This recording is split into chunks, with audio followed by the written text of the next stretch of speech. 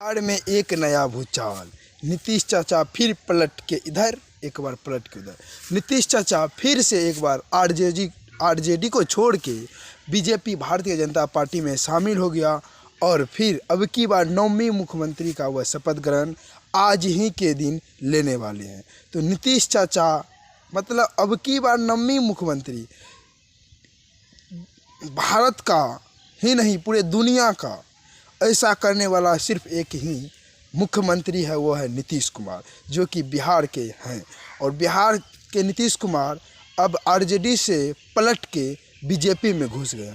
अब पलटू चाचा का काम ही है पलटना, चाहे इधर से पलट के उधर, उधर से पलट के इधर आते हैं। और वो अपना कुर्सी नहीं छोड़ते, वो अपना कुर्सी नहीं छोड़ते, बल्कि वो अपना कुर्सी को पकड़े हैं जकड़ के। और वह अब की बार 9वीं मुख्यमंत्री शपथ ग्रहण लेंगे। और उसका इस्तीफा देने का कारण यही है कि वे उसका कहना था कि हम जो आरजेडी के साथ में थे, उनके साथ में थे, उनसे हमारी नहीं बनती थी, मतलब उनकी मनमानी होती थी, उनको हम चाह के भी कुछ नहीं कर पाते थे, उनका जो मन होता था वही करता था।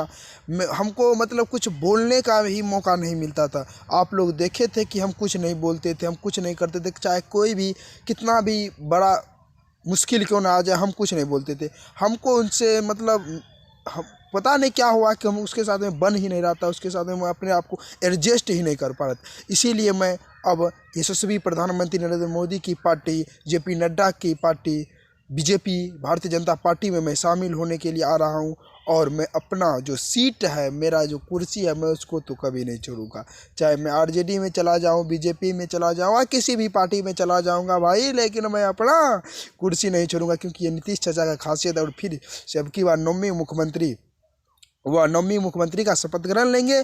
और उसके बाद हमारे जो डिप्टी सीएम होंगे यानी उप मुख्यमंत्री होंगे, अभी जो नाम आ रहा है सुनने में, एक सम्राट चौधरी का आ रहा है और दूसरा विजय सिन्हा का आ रहा है। मतलब दोनों को मुख्यमंत्री, ऐसा नहीं कि सिर्फ सम्राट चौधरी को बनाया जाएगा या विजय सिन्हा को, नहीं, दोनों को डिप्टी सीएम बनाए जाएंगे। अब की बार, इससे पहले भी जब बीजेपी की सरकार थी तो 2 डिप्टी सीएम था, तारकिशोर और रेणु देवी। अब की बार भी 2 होगा, विजय सिन्हा और सम्राट चौधरी। और मुख्यमंत्री तो हमारे नीतीश चाचा, पलटू चाचा, नीतीश कुमार जी ही रहेंगे। तो आप लोग इस वीडियो के बारे में क्या सोचते हैं, कमेंट करके जरूर बताइएगा। और पलटू चाचा के बारे में क्या सोचते हैं, क्योंकि पलटू चाचा चाहे किधर भी पलट जाए भाई, लेकिन वो अपना कुर्सी तो छोड़ने वाला नहीं है।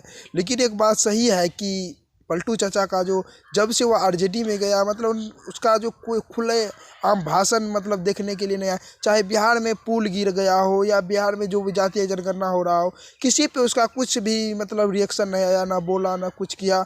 मतलब हमको जो लग रहा था, मतलब उसका चल ही नहीं रहा था, मतलब वो कुछ बोलने पे मजबूर थे, कुछ बोल ही नहीं पा रहे थे कि क्या, मतलब जो भी आरजेडी को हो रहा था वही करता था, वही कर रहा था।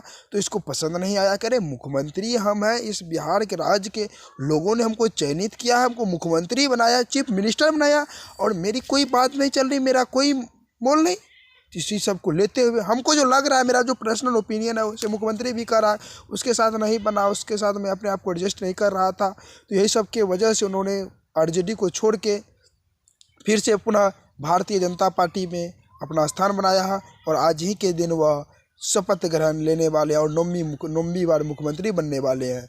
तो भारतीय जनता पार्टी ने उनका स्वागत किया, उनको फिर से अपने पार्टी में शामिल किया और एक बार फिर से उसको मुख्यमंत्री बनाने के लिए तैयार कर दिया। तो पलटू चाचा, आप तो सिर्फ कुर्सी बदलते, लेकिन बिहार के बारे में भी सोचिए, बिहार के बेरोजगार लोगों के बारे में सोचिए। हम आपको ये नहीं कह रहे हैं कि आप बिहार के लोगों को रोज नौकरी दीजिए, नहीं, आप यहाँ पे इंडस्ट्रीज़ का डेवलपमेंट कीजिए, बड़े बड़े फैक्ट्री कारखाना लगाइए, ताकि यहाँ के लोगों को रोजगार मिल सके। और यहाँ का लोग जो दूसरे राज्य, दूसरे देश, दूसरे जगह जाते हैं मजदूरी करने के लिए, कमाने के लिए, अपने परिवार को भरण पोषण करने के लिए, उससे बचे, उसको अपने घर पे ही, अपने स्टेट में ही, अपने बिहार में ही रोजगार मिले और यहीं पे अपने परिवार के सामने वो अपना रोजी रोजगार करें और अपने परिवार का भरण पोषण करें।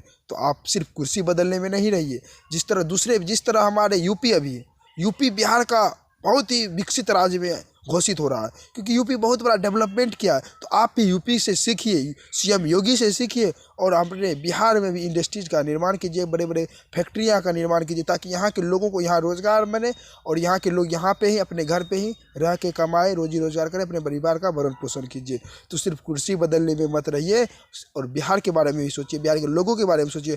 जो बिहार के जनता आपको एक से घर से उठा के आपको एक इतना बड़ा कुर्सी पे बैठा दिया, बिहार का राजा बना दिया है और बिहार का राजा बनाया है, बिहार का मुख्यमंत्री बनाया है। तो आप बिहार के लोगों के भी बारे में सोचिए, बिहार को रोजगार दीजिए, चाहे वह रोजगार फैक्ट्री कारखाना भी दीजिए। सबको नौकरी देना संभव नहीं, आप कहाँ से दीजिएगा, सही बात है, लेकिन फैक्ट्री और तो लगा सकते, इंडस्ट्री लगा सकते, उसमें रोजगार मिलेगा, मजदूरी करेंगे लोग, बिहार का लोग बिहार में ही मजदूरी करेंगे, वहाँ पे इसको रोजगार मिलेगा। तो इसके बारे में भी सोचिए। और आप लोग इस वीडियो के बारे में क्या सोचते हैं, कमेंट करके जरूर बताइए। फिर मिलते एक नए टॉपिक के साथ, तब तक अपना ख्याल रखिए। धन्यवाद। अमित राज स्टोरी के साथ। अगर चैनल पे नए हैं तो चैनल को प्लीज़ सब्सक्राइब कीजिए, क्योंकि आप लोग का सहयोग और आशीर्वाद से ही हम आज कुछ आप लोगों के सामने बोल पाते हैं। तो प्लीज़ चैनल को सब्सक्राइब जरूर कीजिएगा, वीडियो को लाइक ठोकिएगा और इस वीडियो के बारे में अपना प्यारा कमेंट जरूर बताइएगा। धन्यवाद।